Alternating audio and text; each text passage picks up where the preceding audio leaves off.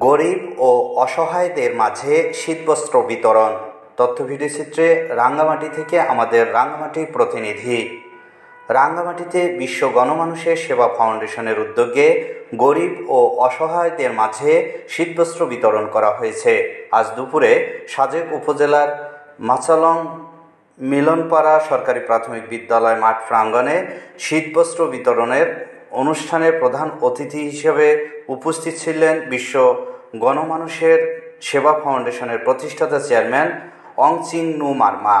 অর্ধশতাধিক শীতার্থ দরিদ্র ও অসহায়দের মাঝে কম্বল বিতরণ করা হয়। পাহাড়ে কনকনে শীত, কম্বল পেয়ে খুশি শীতার্থ ও দরিদ্র এবং ছিন্নমূল মানুষেরা।